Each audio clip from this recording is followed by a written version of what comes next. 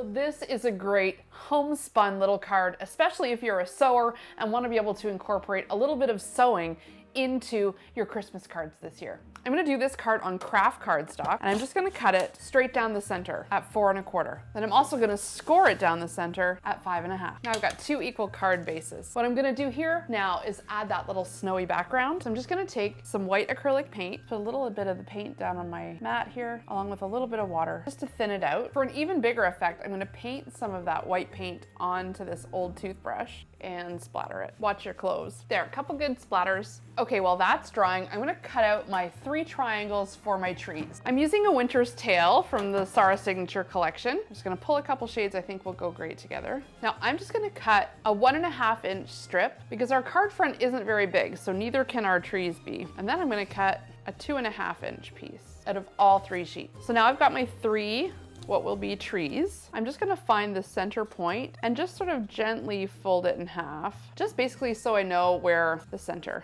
Doesn't have to be perfect. Again, I'm just folding it in half. You could score it too, but you're gonna end up folding it on the card a little bit to give it some dimension anyway, so just go ahead and fold it now. Okay, 3 little trees. Okay, so this little snowy background is good and dry, and I'm just gonna sort of roughly place them how I want them to go. So I'm just gonna take some brown thread in my sewing machine, and I'm going to just stitch up the center of the tree as though it was the trunk. And starting just about a 1/2 inch down from the bottom, I'm gonna zigzag stitch all the way up.